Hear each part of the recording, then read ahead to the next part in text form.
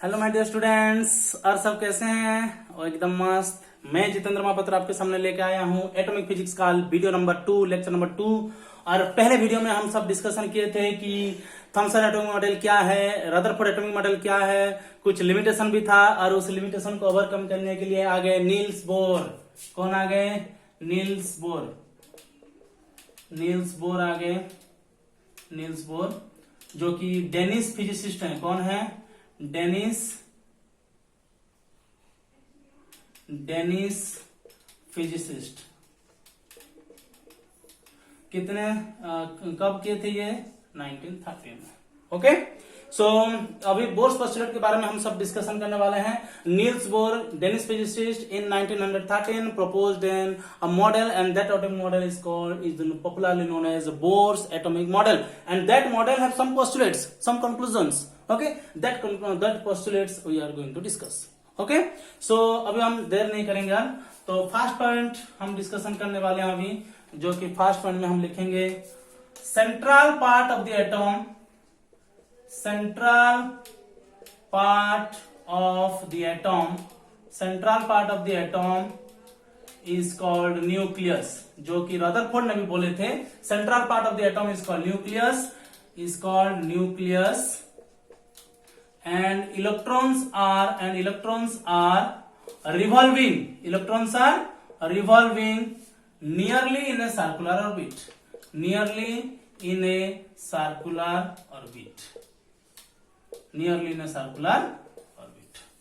Okay, क्या बोले कि central part of the atom is called nucleus and electrons are revolving nearly in a circular orbit around the nucleus.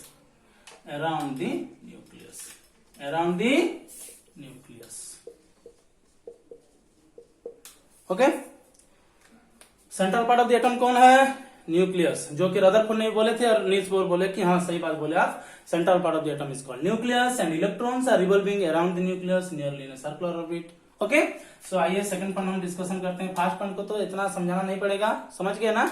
Okay, very good, very obedient students. And those who comments, like and share video channel को आगे बढ़ाने के लिए बहुत बहुत धन्यवाद, और आप सभी को मेरी तरफ से सैल्यूट। और ऐसे ही प्यार बने रहे और चैनल को आगे बढ़ाते रहे। ओके, आपका कमेंट्स हमारा एनर्जी है। ओके, और सुशांत सिंह राजपूत के लिए भी RIP, और दिल से नमन करते हैं उसको। बहुत ही अच्छा एक्टर था और बहुत ही अच्छा फिजिसिस्ट भी था। ओके, अब वो फिजिक्स का ओलंपियाड भी विनर है। सो एक अच्छा स्टूडेंट के एक अच्छा फिजिसिस्ट और एक अच्छा एक्टर दोनों खो दिया। ओके, सो उसके लिए RIP। So my dear students, तो अभी हम सेकंड पॉइंट डिस्कशन करने वाले हैं। सेकंड पॉइंट क्या है? Electrons are revolving in certain fixed orbit,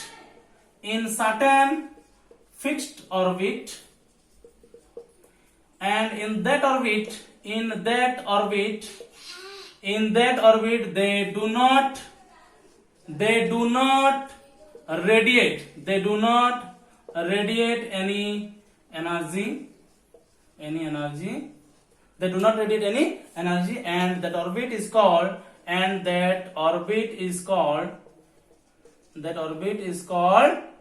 fixed orbit or stationary orbit. Okay, पता चल रहा है? Okay, very good. Electrons are revolving in certain fixed orbit, and in that orbit they do not radiate any energy. इस point को गौर से देखिए, they do not radiate any energy। और ये पॉइंट बता नहीं पाए रदरफोर्ड, और इसकी वजह से रदरफोर्ड एटॉमिक मॉडल कैंसिल हो गया था। क्योंकि रदरफोर्ड एटॉमिक मॉडल में एक पॉइंट डिस्कशन किए थे लिमिटेशन में, आपका याद है कि नहीं मैं बता दे रहा हूं। According to Maxwell, charge particle moving in accelerating motion, then it continuously radiate or lose some energy. Okay, लेकिन यहां पे क्या हुआ? जो इलेक्ट्रॉन इस सर्टेन फिक्स्ड ऑर्बिट में घूमेंगे वो एनर्जी रेडिएशन नहीं करेंगे, और उस ऑर्बिट को हम क्या बोलेंगे? फिक्स्ड ऑर्बिट और stationary orbit. Stationary means constant, remains at rest. Okay, remains at rest. So क्या हो गया? एनर्जी कांस्टेंट हो गया इलेक्ट्रॉन का। किस ऑर्बिट में घूमने की वजह से? फिक्स्ड ऑर्बिट और स्टेशनरी ऑर्बिट की वजह से। क्यों? क्योंकि in that particular orbit they do not radiate any energy. Okay, my dear students, so clear हो गया इतना बात? अभी हम थर्ड पॉइंट डिस्कशन करने वाले हैं। थर्ड पॉइंट क्या है अभी डिस्कशन करेंगे हम। So my dear students, please take screenshot and write down. मैं तो मिटा दिया, उसकी पहले स्क्रीनशॉट ले लीजिएगा। ओके, अभी हम जाएंगे थर्ड पॉइंट के लिए। तो थर्ड पॉइंट में हम क्या डिस्कशन करेंगे? Electron have same energy, electron have same energy as that of orbit in which it revolves। ये क्या बात बोल दी? ये बोले हैं कि इलेक्ट्रॉन जो ऑर्बिट में घूमेगा उस ऑर्बिट का जितना भी एनर्जी होगा उतना एनर्जी इलेक्ट्रॉन के पास भी होगा। क्या बोला कि सपोज ले लेते हैं हम हाइड्रोजन एटम का फास्ट ऑर्बिट में एनर्जी है -13.6 इलेक्ट्रॉन वोल्ट। इसको हम डिराइव करेंगे, ये इलेक्ट्रॉन वोल्ट है। हाँ, इलेक्ट्रॉन वोल्ट एनर्जी का यूनिट इलेक्ट्रॉन वोल्ट है। और सेकंड ऑर्बिट में कितना हो जाएगा? -3.4 इलेक्ट्रॉन वोल्ट। इसको हम निकालेंगे, डिराइव करेंगे, टेंशन मत लीजिए। और थर्ड ऑर्बिट में क्या क्या लिख दे रहे हैं? -13.6 इलेक्ट्रॉन वोल्ट फास्ट ऑर्बिट में। सेकंड ऑर्बिट में कितना हो गया? -3.4। थर्ड ऑर्बिट में कितना होगा? -1.51 electron volt. Okay my dear student, so देखिए पर्टिकुलर ऑर्बिट के लिए पर्टिकुलर एनर्जी लेवल है, इसको बोलते हैं quantized separate discrete energy level. क्या बोलते हैं इसको? Discrete energy level. Okay, particular energy level है। देखिए -13.6 के बाद -13.5 नहीं है और 12 भी नहीं है, 11 नहीं है, 10 नहीं है, सीधा जाके -3.4 इलेक्ट्रॉन वोल्ट है। ओके, सो क्या इस पॉइंट को क्या बोलते हैं? इस पॉइंट को थोड़ा ध्यान देंगे। Electron have same energy as that of orbit in which it revolves. Electron जिस ऑर्बिट में घूमेगा उसी ऑर्बिट का एनर्जी लेवल वो पोजेस करेगा। Okay my dear students, so ये बात कंफर्म हो गया? ओके, स्क्रीनशॉट ले लीजिए। Okay, very good. Students are responding very well. They comment and improving me so that both possibilities are okay. So number 4, okay, ये number 4 है। तो number 4 में जो point discussion करने वाले हैं बहुत ही important है। देखिए, those electrons which have orbital angular momentum. क्या बोले? Orbital angular momentum. Orbital angular momentum is equal to integral multiple of h/2π।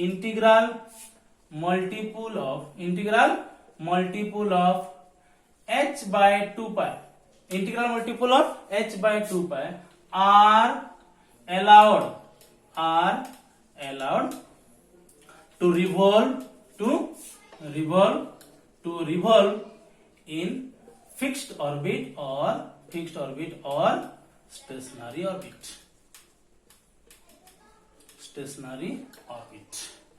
जो कोई भी इलेक्ट्रॉन आएगा और मैं बोलेगा कि मैं फिक्स्ड ऑर्बिट में घूमूंगा, नहीं, अलाउड नहीं है।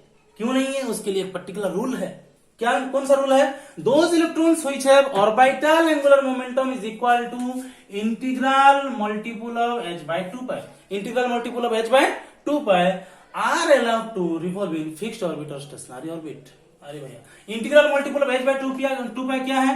h/2π हो सकता है, 2h/2π हो सकता है, 3h/2π भी हो सकता है and n/2π भी हो सकता है। Where n is a positive integer and h क्या है? h है प्लांक्स कांस्टेंट और उसका वैल्यू कितना है? 6.62 into 10⁻34 joule into second. Okay my dear students, so please focus on this point. Integral multiple of h/2π का मीन्स है h/2π हो सकता है, 2h/2π हो सकता है, 3h/2π हो सकता है, 4h/2π, 5h/2π, n/2π हो सकता है। सो इस पॉइंट का मतलब क्या है? इस पॉइंट का मतलब है, प्लीज इसको नोट कर लीजिए प्लीज। ओके, स्क्रीनशॉट ले लिए? Okay, very good. अभी हम उसको समझने के लिए कोशिश करेंगे और थोड़े अंदर जाके। ओके, सपोज ये हो गया फास्ट ऑर्बिट, ये हो गया सेकंड ऑर्बिट, ये हो गया थर्ड ऑर्बिट। फास्ट ऑर्बिट में जो घूमेगा उसके पास एंगुलर मोमेंटम कितना होगा? h/2π। सेकंड ऑर्बिट में जो घूमेगा 2h/2π। अरे वाह, थर्ड ऑर्बिट में जो घूमेगा 3h/2π। कौन बोल सकता है फोर्थ ऑर्बिट में कितना होगा? 4h/2π। फिफ्थ ऑर्बिट में 5h/2π। अगर इलेक्ट्रॉन के पास 5h/2π एंगुलर मोमेंटम है तो वो कौन से ऑर्बिट में घूमेगा? फिफ्थ नंबर ऑर्बिट पे। आ गया ना समझ में? ये शॉर्ट क्वेश्चन में आता है, important short question board exam में पूछे जाते हैं कि अगर थर्ड ऑर्बिट में इलेक्ट्रॉन घूम रहा है तो उसके पास कितना ऑर्बिटल एंगुलर मोमेंटम होगा? 3h/2π। इजी शॉर्ट क्वेश्चन है और इसको बोलते हैं angular momentum is quantized.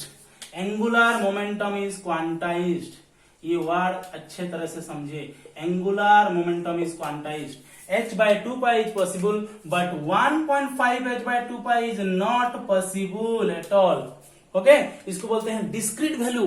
h/2π means fix h/2π, 2h/2π means fix, 3h/2π fix. Okay और 1.5 into h/2π not possible, 2.5 h/2π not possible. Okay क्योंकि पॉजिटिव इंटीजर चाहिए और वो डिस्क्रीट वैल्यू होना चाहिए, इसीलिए बोलते हैं कि एंगुलर मोमेंटम इज क्वांटाइज्ड। उसका एक फिक्स्ड वैल्यू है, मिनिमम वैल्यू है। मिनिमम वैल्यू कितना होना चाहिए? h/2π की मल्टीपुल में होना चाहिए। इसको बोलते हैं angular momentum is quantised. Okay जैसे कि हम इलेक्ट्रोस्टैटिक में इलेक्ट्रोस्टैटिक में पढ़े हैं कि charge is quantized. Charge is quantized. Smallest unit of charge is electron. 1 electron is equal to 1.6 into 10⁻19 coulomb. ये स्मॉलेस्ट वैल्यू है, स्मॉलेस्ट वैल्यू है। तो हम बोलते हैं कि 2 इलेक्ट्रॉन, 4 इलेक्ट्रॉन, नहीं बोलते हैं कि 4.5 इलेक्ट्रॉन मुझे दे दो, 4.5 इलेक्ट्रॉन निकाल लो, नहीं 4 इलेक्ट्रॉन निकाल लो, 4 इलेक्ट्रॉन ऐड कर लो, ऐसे ही बोलते हैं। तो इसको बोलते हैं quantized nature of charge. Charge है क्वांटाइज्ड नेचर, चार्ज है quantized nature.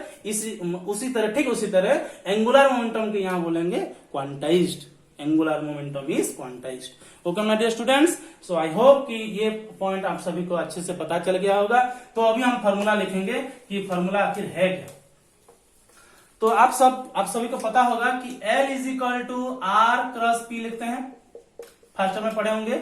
Okay circular motion और रोटेशनल मोशन में। So angular orbital angular momentum को डिनोट करते हैं L और ये वेक्टर क्वांटिटी है और वेक्टर क्वांटिटी दो वेक्टर क्वांटिटी के क्रॉस प्रोडक्ट में है। R रेडियल वेक्टर है, P मोमेंटम है। अगर ये एटम का शेप है और अंदर में है आपका न्यूक्लियस और यहाँ पे है इलेक्ट्रॉन घूम रहा है और इलेक्ट्रॉन का रेडियल डायरेक्शन कहाँ पे होगा? वेलोसिटी का यहाँ पे होगा। अगर यहाँ पे देखेंगे तो क्या होगा? आउटसाइड होगा। ओके आउटसाइड होगा, लेकिन आउटसाइड नहीं जाएगा क्योंकि उसको सेंट्रीपेटल फोर्स जो कि सेंटर की तरफ रेडियल करता है। देखिए रेडियस पे कौन सा फोर्स एक्टिंग होगा? Centripetal force. और रेडियल वेलोसिटी कहाँ जा रहा है? इधर जा रहा है। तो उन दोनों के बीच में एंगल कितना है? 90 डिग्री। तो हम यहाँ क्या लिख सकते हैं? R क्रॉस M इंटू भी लिख सकते हैं। और R और V के अंदर में कितना एंगल है? A क्रॉस B कितना लिख सकते हैं हम? A B sine theta. So R M B sine theta के बदले में कितने लिखेंगे? साइन 90। साइन 90 का वैल्यू कितने हैं? साइन 90 का वैल्यू कितना है? 1। सो हम लिख सकते हैं MVR। So L is equal कितना हो गया? MVR। Okay so my dear student, L is equal to MVR is equal to हम कितना लिखेंगे? NH/2π। Okay my dear students, please check this. Okay electron का ऑर्बिटल वेलोसिटी इस तरफ आएगा, यहाँ पे इस तरफ आएगा, यहाँ पे इस तरफ आएगा, यहाँ पे इस तरफ आएगा, परपेंडिकुलरली वो निकलेगा। किसके वजह से? वो रेडियल कहां पे लगेगा? Centripetal force towards centre act करता है। तो ये है रेडियल फोर्स, ये है वेलोसिटी, ऑर्बिटल वेलोसिटी। तो उन दोनों के बीच में एंगल कितना हो गया? 90 डिग्री। MVR साइन 90 का वैल्यू है 1। तो L इज इक्वल टू हो गया MVR और उसका वैल्यू कितना होना चाहिए? NH/2π होना चाहिए। तो हम लिख सकते हैं अभी फॉर्मूला क्या लिख सकते हैं? L is equal to MVR is equal to NH/2π। L is equal to MVR is equal to N into H/2π, where H is Planck's constant, N is positive integer, M हो गया mass of electron, V हो गया orbital velocity of electron, R हो गया radius. Okay radius of the orbit and okay so हम क्या पाएंगे formula?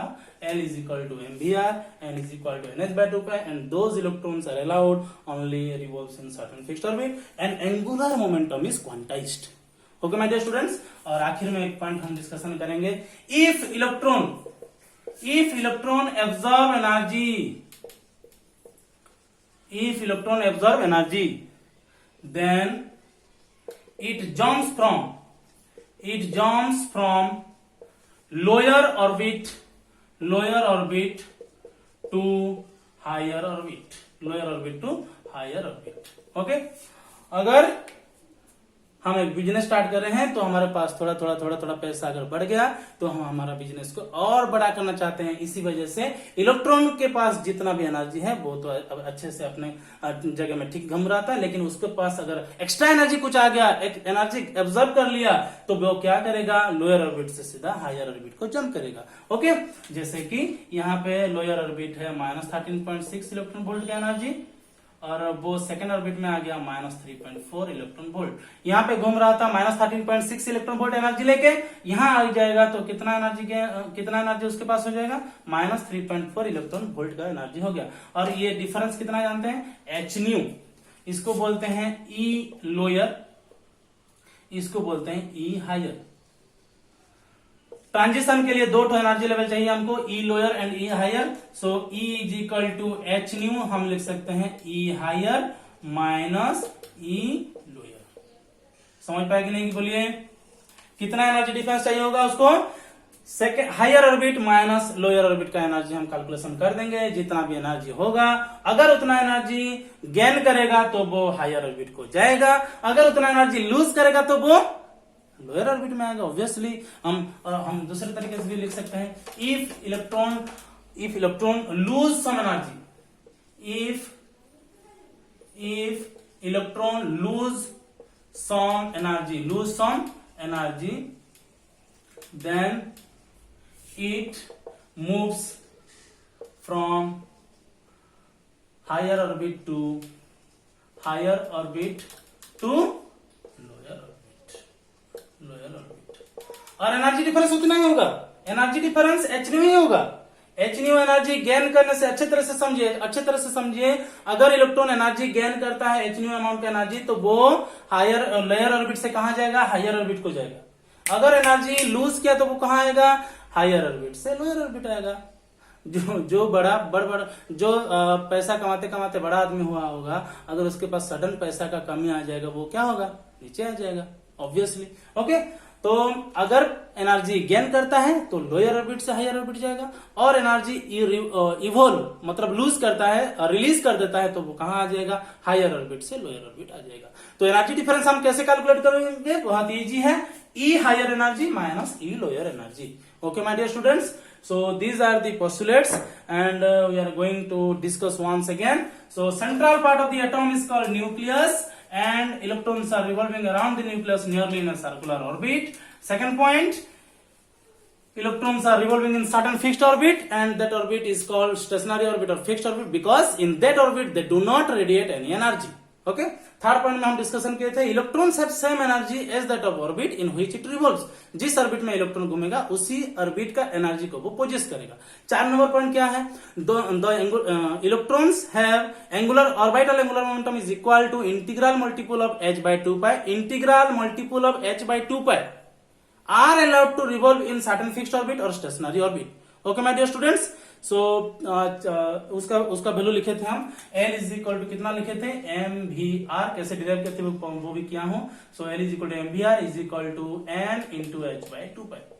तो थर्ड ऑर्बिट में कितना होगा, 3h/2π, फिफ्थ ऑर्बिट में 5h/2π, सेवन ऑर्बिट में 7h/2π, सेकंड ऑर्बिट में 2h/2π, ऑप्शन में h/π। अगर सेकंड ऑर्बिट की बात किए तो 2h/2π हो गया, अगर ऑप्शन में h/π होगा वो भी राइट है। ओके, सो प्लीज कंफ्यूज मत होइएगा। और लास्ट में हम डिस्कशन किए थे कि अगर इलेक्ट्रॉन एनर्जी गेन करता है तो लोअर ऑर्बिट से हायर ऑर्बिट को जंप करेगा, अगर इलेक्ट्रॉन एनर्जी लूज करता है तो वो हायर ऑर्बिट से लोअर ऑर्बिट को आ जाएगा। ओके, एनर्जी डिफरेंस कैसे कैलकुलेट करेंगे, E is equal to H nu and E higher minus E always energy difference remain same. अगर ऑब्वियसली इतना एनर्जी गेन करेगा तो लोअर से हायर जाएगा, अगर लूज करेगा तो हायर से लोअर आ जाएगा। और बोला था कि angular momentum is quantised. Okay, क्योंकि डिस्क्रीट वैल्यू है और मिनिमम वैल्यू कितना होना चाहिए, h/2π। इसी मल्टीपल में बढ़ता जाएगा, इसीलिए उसको बोलते हैं क्वांटाइज्ड। ओके, चार्ज है quantized nature. Okay, So my dear students, please read well and please give your valuable comments and like, share and subscribe Bibgyor YouTube channel, Bibgyor Physics YouTube channel. Okay, तब तक के लिए thank you.